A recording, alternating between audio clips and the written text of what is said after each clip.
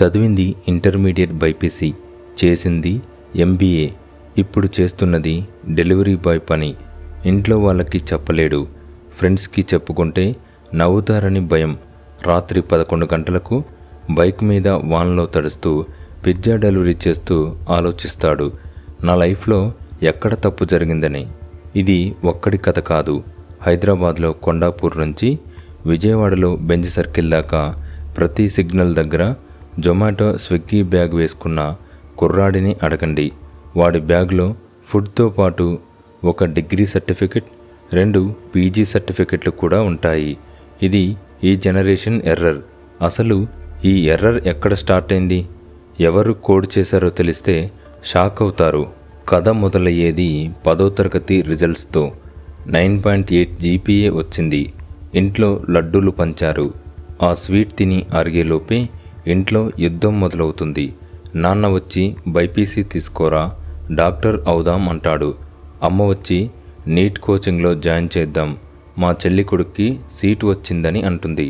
పిల్లాడి ఒపీనియన్ ఏంటి? వాడికి బయాలజీ అంటే కడుపులో తిప్పుతుందా?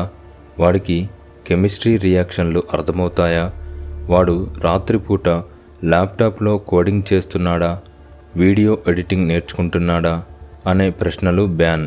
ఎందుకంటే మన ఇళ్లల్లో చదువు అనేది పిల్లాడి ఛాయిస్ కాదు, తల్లిదండ్రుల రివెంజ్. మా నాన్న నన్ను చదివించలేదు, నా కొడుకుని డాక్టర్ చేస్తా. మా అన్నయ్య కూతురు అమెరికా వెళ్ళింది, ఆ అమ్మాయి కూడా వెళ్ళాలి. ఇది లాజిక్. ఇక్కడే మొదటి బటన్ తప్పుగా ప్రెస్ అవుతుంది. ఇక మన సమాజం అనే విలన్ ఇప్పుడు ఎంటర్ అవుతుంది. చుట్టాలు, ఇరిగింటి వాళ్ళు, స్కూల్ టీచర్లు. పెళ్ళికి వెళ్తే అబ్బాయి ఏం చదువుతున్నాడు అనే ప్రశ్న. బైపీసీ అంటే భేష్, డాక్టర్ గారబ్బాయి అని భుజం తడతారు.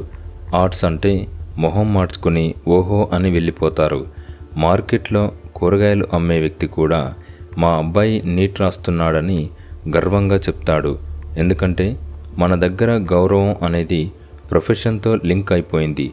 డాక్టర్, ఇంజనీర్, సాఫ్ట్వేర్, కలెక్టర్, ఈ 4 తప్ప ఇంకో పని చేస్తే మనిషే కాదు. యూట్యూబర్ అయితే ఫోన్తో టైంపాస్, ఫోటోగ్రాఫర్ అయితే పెళ్ళిళ్ళలో ఫోటోలు తీసేవాడా అంటారు, చెఫ్ అయితే వంటవాడా అని, గేమర్ అయితే పబ్జీ పిచ్చోడని ముద్ర వేస్తారు. ఈ సమాజం భయానికే తల్లిదండ్రులు పిల్లలను సేఫ్ గేమ్ ఆడిస్తారు. రిస్క్ వద్దు, ఎక్స్పెరిమెంట్ వద్దు, జనం ఏమనుకుంటారో అనే సొసైటీ ఫియర్తో పిల్లాడి లైఫ్ని జూదం ఆడేస్తారు. సరే, తోసేశారు బైపీసీలోకి. 2 ఏళ్ళు నరకం. ఉదయం 5 గంటలకు కాలేజ్, రాత్రి 9 దాకా స్టడీ అవర్స్, ఆదివారం కూడా టెస్ట్. ఫిజిక్స్ అర్థం కాదు, కెమిస్ట్రీ ఎక్కదు, బయాలజీ బట్టి పట్టిన లాభం లేదు. ఎందుకంటే వాడికి ఇంట్రెస్ట్ లేదు, వాడి ప్యాషన్ వేరే. కానీ నీట్ కొట్టాలి, నాన్న కల నెరవేర్చాలి అనే గిల్ట్తో చదువుతాడు. రిజల్ట్ వచ్చింది, ర్యాంకు 2 లక్షలు, ప్రైవేట్ ఎంబీబీఎస్కి ₹1 కోటి. ఇంట్లో మళ్ళీ భూకంపం. అన్ని లక్షలు ఫీజు కట్టిస్తే ఇదేనా నీ ర్యాంక్?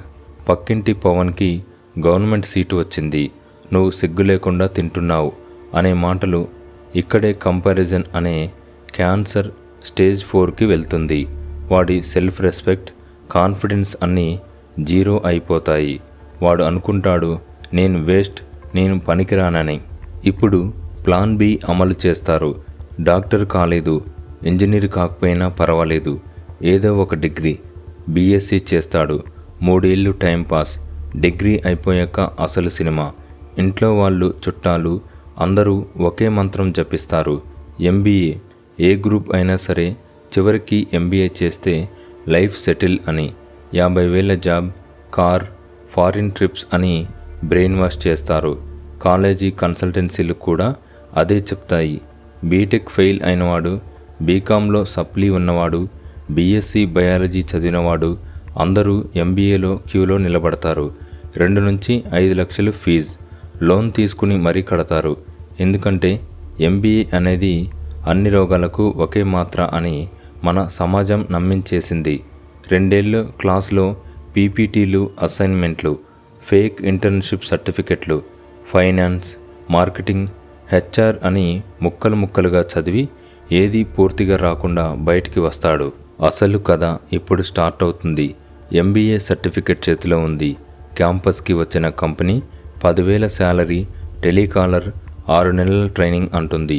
బయటికి వెళ్తే HR అడుగుతుంది, ఎక్స్పీరియన్స్ ఉందా, ఎక్సెల్ వచ్చా, క్లయింట్ హ్యాండిల్ చేయగలవా? వీడికి ఏమీ రాదు. ఎందుకంటే వాడు చదివింది మార్కుల కోసం, సర్టిఫికెట్ కోసం కాబట్టి. Skill zero, communication zero, practical knowledge zero. కానీ తల మీద 5 లక్షల లోన్. ఇంట్లో వాళ్ళు ఎప్పుడు జాబ్ వస్తుంది, పెళ్లి సంబంధాలు చూడాలా అని ఒత్తిడి చేస్తారు. పరువు పోతుందని ఫ్రెండ్స్కి చెప్పలేడు. లింక్డ్ఇన్లో ఓపెన్ టు వర్క్ పెట్టుకొని నౌకరీలో రోజు 100 అప్లికేషన్లు వేసినా రిప్లై ఉండదు. డిప్రెషన్ స్టార్ట్ అవుతుంది. అర్ధరాత్రి దాకా రీల్స్ చూస్తూ తనని తాను తిట్టుకుంటూ బతుకుతాడు. చివరి ఆప్షన్ ఫోన్ తీస్తాడు. Swiggy, Zomato, Zepto, Blinkit app download చేసుకొని పాన్ కార్డ్, ఆధార్ అప్లోడ్ చేస్తాడు. బైక్ లైసెన్స్ ఉంది కాబట్టి రేపటి నుంచి డెలివరీ బాయ్ అవతారం ఎత్తుతాడు. రోజుకు 12 గంటలు ఎండనక వాననక హైదరాబాద్ ట్రాఫిక్లో తిరిగితే 25,000 వస్తాయి. MBA చేసిన వాడికి క్లర్క్ జాబ్లో 15,000, అదే డెలివరీ చేస్తే 25,000. వాడు లెక్క వేసుకుంటాడు. ఈగోని పక్కన పెట్టి హెల్మెట్ పెట్టుకుంటాడు. ఇంట్లో బిజినెస్ అనలిస్ట్ అని అబద్ధం చెప్తాడు. అమ్మకి, నాన్నకి నెలకి 10,000 ఇస్తాడు. వాళ్ళు హ్యాపీ. మా వాడు MNCలో జాబ్ చేస్తున్నాడని చుట్టాలకు చెప్తారు. కానీ వాడు మాత్రం రాత్రి పడుకునే ముందు అనుకుంటాడు, బైపీసీ ఎందుకు తీసుకున్నాను, MBA ఎందుకు చేశానని. నా 7 ఏళ్ల జీవితం 10 లక్షల ఫీజు వేస్ట్ అని. ఇప్పుడు చెప్పండి, తప్పు ఎవరిది? మొదటి ముద్దాయి పేరెంట్స్. మా కళ నెరవేర్చు అని పిల్లాడి మీద ఎమోషనల్ బ్లాక్మెయిల్ చేయడం, మేము కష్టపడ్డామని చెప్పి వాడి ఇష్టాలను తొక్కేయడం. మీరు కష్టపడింది నిజమే, కానీ ఆ కష్టాన్ని కొడుకు మీద తెచ్చుకోవడం కరెక్టా? వాడు మనిషి, మీకు ATM కార్డు కాదు. వాడికి ఒక లైఫ్ ఉంది, వాడిని బతకనివ్వండి. రెండో ముద్దాయి ఈ సొసైటీ. వాడు డాక్టర్, వీడు కలెక్టర్ అని మనుషుల్ని జాబ్తో కొలిసే ఈ రోగం ఉన్న సమాజం.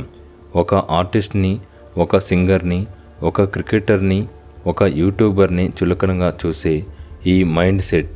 మీరు మారితేనే తల్లిదండ్రులు మారతారు. మూడో ముద్దాయి చుట్టాలు అనే పురుగులు. పండక్కి వచ్చి పలావు తిని, ఎరా ఉద్యోగం రాలేదా, ఇంకా ఇంట్లోనే ఉన్నావా, మా మనవడికి అమెరికాలో 2 కోట్ల ప్యాకేజ్ అని కంపేర్ చేసి వెళ్ళిపోయే బ్యాచ్. వీళ్ళ వల్లే పోటీ, వీళ్ళ వల్లే డిప్రెషన్. నాలుగో ముద్దాయి మన ఎడ్యుకేషన్ సిస్టమ్. లక్షలు ఫీజు తీసుకుని 100 ఏళ్ల సిలబస్ చెప్పి రోబోల్లో తయారు చేసే కాలేజీలు. ఒక్క స్కిల్ నేర్పరు. ఫెయిల్ అయితే లైఫ్ వేస్ట్ అని భయపడతారు తప్ప ఫ్యాషన్ ఫాలో అయితే గెలుస్తావని చెప్పరు. ఇక చివరి ముద్దాయి ఆ పిల్లాడు కూడా 18 ఏళ్ళు వచ్చాక, ఓటు వేసే రైట్ వచ్చాక కూడా నాకు ఇది ఇష్టం లేదు అని ధైర్యంగా చెప్పలేకపోవడం. నాన్న కోపడతాడు, అమ్మ ఏడుస్తుందని భయపడి సొంత లైఫ్ని తాకట్టు పెట్టడం. మరి దీనికి సొల్యూషన్ లేదా? ఉంది. తల్లిదండ్రులారా, ఒక్కసారి మీ పిల్లాడి కళ్ళలోకి చూసి అడగండి, నీకు నిజంగా ఏం కావాలి? వాడు డ్యాన్సర్ అవుతానంటే కాళ్ళు విరగ్గొట్టకండి. వాడిని బెస్ట్ అకాడమీలో జాయిన్ చేయండి. వాడు కోడింగ్ అంటే ఇష్టపడితే ల్యాప్టాప్ కొనివ్వండి. మీరు డాక్టర్ కాకపోతే ప్రపంచం ఏం మునిగిపోదు. కానీ వాడు హ్యాపీగా లేకపోతే మీ జీవితం మునిగిపోతుంది.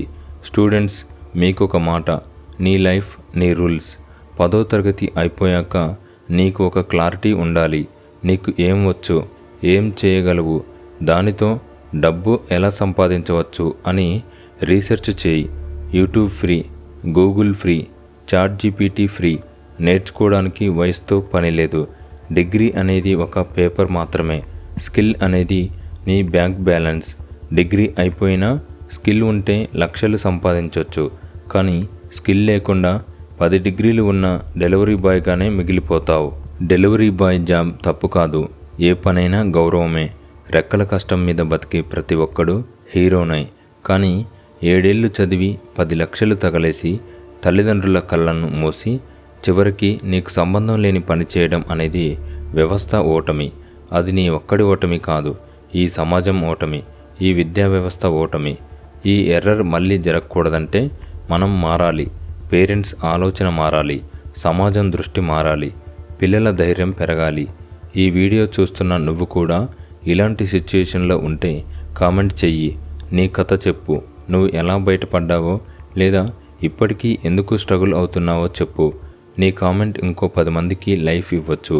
ఈ వీడియోని నీ ఫ్రెండ్స్కి, నీ ఇంట్లో వాళ్ళకి షేర్ చెయ్యి.